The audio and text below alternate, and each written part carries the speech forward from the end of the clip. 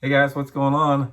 Welcome back to another edition here of Intuitive Angling, and really appreciate you guys making some time out of your day to watch the video. Today we're going to have a full discussion on frog fishing in the summertime of the year. And if you guys have been having problems catching bass on frogs, or even if you've caught some but you want to up your game on it, I can give you guys some good tips and advice on the experiences I've had with frog fishing that'll probably give you guys a little bit more action on it this summer. So anyway, real quick before we get started here, just wanted to give you guys a weekly reminder. If anybody's out there interested in becoming a channel member, that's one of the greatest ways you can support the channel here. And if you become a member of the channel, you get stuff like additional videos every week that aren't seen by the public, access to my personal email address. And if you're interested in that, you can click the Intuitive membership link at the homepage on the bottom right hand side of my YouTube homepage, or just go to the About section and click Intuitive Memberships to get the info there. So much appreciated. Okay guys, frog fishing. Let's get into this a little bit. Now, frog fishing, it works a lot during the course of the year. Once that water temperature starts to get anywhere between like around 60 degrees until it falls down into around 60 degrees. But so that's anywhere between like the late pre-spawn and into late fall, depending upon what part of the country you're in. But for me, when I think of frog fishing, I'm thinking June and July. To me, that's the best months of the year to fish frogs, because I think that in June and July, not necessarily as much in July, but in June, you still have a lot of late pre-spawners that are still shallow. They're garden fry, maybe even late spawning. They're feeding on bluegill. Water temperatures, like right now at Table Rock Lake, it's June and the water temperatures are still in the 60s. So you still have a lot of bass shallow and, catchable in that real shallow water.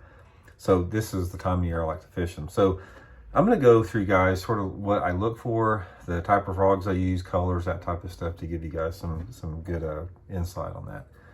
Okay, let's talk first of all. I want to get into areas a little bit here before we get into the actual frogs. The key to frog fishing, guys, in the summertime is you can't fish too shallow. You're after those bass that are in shallower water than what most people think they're in. And I'm talking about, guys, there's a lot of good fish that live in anywhere between 12 inches of water to 2 feet that you don't even know they're there. These are the bass that are cruising the bank. They're hunting for perch, they're hunting for, different type of bluegills nesting, hunting for shad, hunting for crawdads.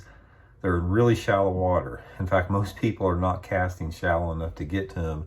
That's where the frog comes into play. And this is particularly true if you have areas that have lots of cover, whether it be docks, overhanging trees, flooded cover, laydowns, that type of stuff. They're usually in some type of cover. And if they're not in cover, if you have like bare areas like this, bare banks with not much cover, they really focus in on shade. Shade can hold a lot of fish in real shallow water if there's no other cover there.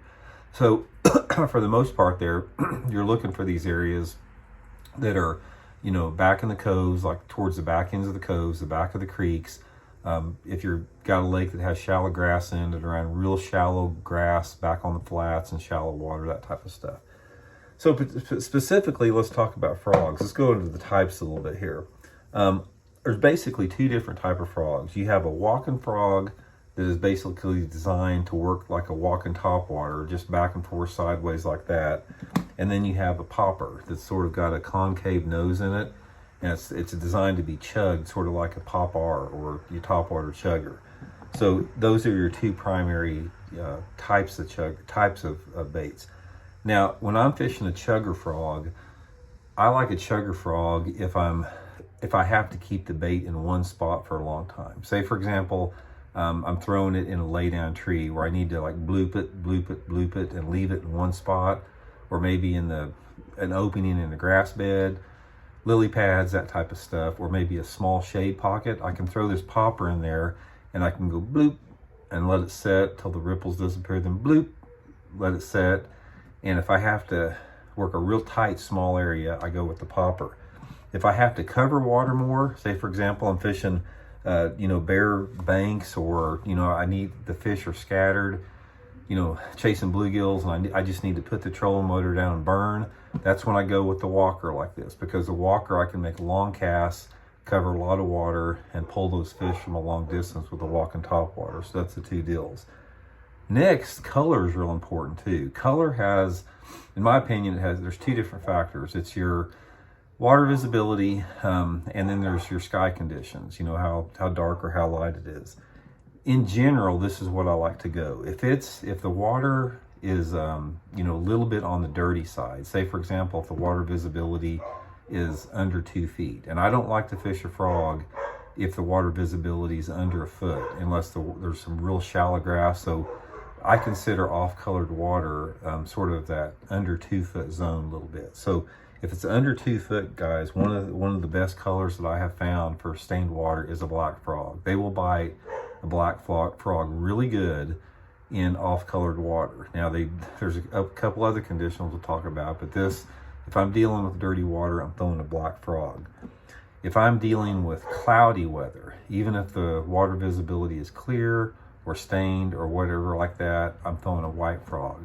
If you've got low light conditions like early in the morning, late in the evening, rainy, cloudy, that type of stuff, a white frog will pull these fish out better than anything, most of the time. Now, if you're fishing, and some of this sort of bleeds over into the next one, but this is a general rule.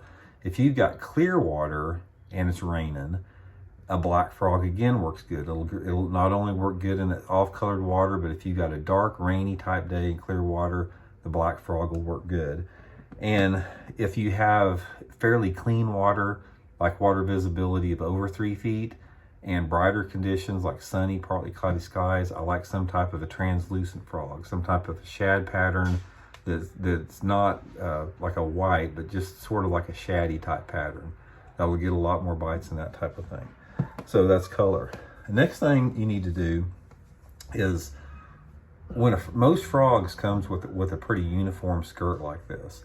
So the first thing that I do with a frog is I want to take about half the skirt length off. So what I do is I'll just take a pair of pliers and I just simply, or scissors or rip it or whatever, and I'll cut half the length of it off like that. And what this does, it still gives you the attraction of the skirt, but it gives it less of a ability to miss the fish. So I like to have it a little bit ragged, a little bit shorter like that. And then finally, what you want to do is on your hooks here, you want to take your hooks and you want to bend them out about 1/4 of an inch. But what this will do, that'll allow you for a lot better hookups. Even though these frogs usually have good hooks in them, a lot of times they're bent downward to basically ride flush against the top of the frog to keep them more weedless. But by bending them up like an eighth inch or 1/4 inch, that really increases your hookups a lot on frog fishing. Next thing you can do is get the right equipment and the right hook sets. You want to use braided line on frogs. You guys know that I'm not a big fan of braid. I do use them on frogs extensively. Don't go too heavy on it. Most of the time I'm using 30-pound test braid. 30-pound test braid will allow your frog to walk a little bit easier. You can make long casts with it. It's a little bit less obtrusive. I've never broke it off, so 30-pound test is real good. And the main thing about frogs, guys, is you have got to wait once that frog gets hit by a fish before you set the hook. So what I like to do is, if I throw that frog out there, you got to anticipate the bite at all the time, because if you're not anticipating the bite, you're going to instinctually set when that fish hits. So anticipate the bite, and when you have a fish blow up on a frog, lean into the fish like that, and don't set the hook until you can see your line moving like a plastic worm. And when you see that line moving, the fish has got that frog in its mouth, and you can set the hook. But never ever set the hook on a frog until you see your line taken off. They're not going to drop it. I mean, the frog is a soft bait. It's like a worm. They're going to swim with it. I've had them swim in practice with the hooks bent over for 100 feet before they let it go. So don't be afraid that they're going to spit the frog out there. So anyway, that's a few tips. One more tip I'll give you as far as working it to getting it walking back and forth is keep your rod tip low, and don't make short, quick jerks like that, but keep your rod tip low. Your rod tip has got to be low and not to the side. If you don't, it's going to sort of just go straight through the water. It's going to wiggle a little bit, but in order to get that real hard darting action like that, it's those short little tips with jerk straight down like that, low to the water. So that's just some of the stuff that's been working for me, guys. It's been, you know, one of my favorite ways to catch them on a frog. And if you're struggling with it, try these tips. It'll definitely help you out. So see y'all later.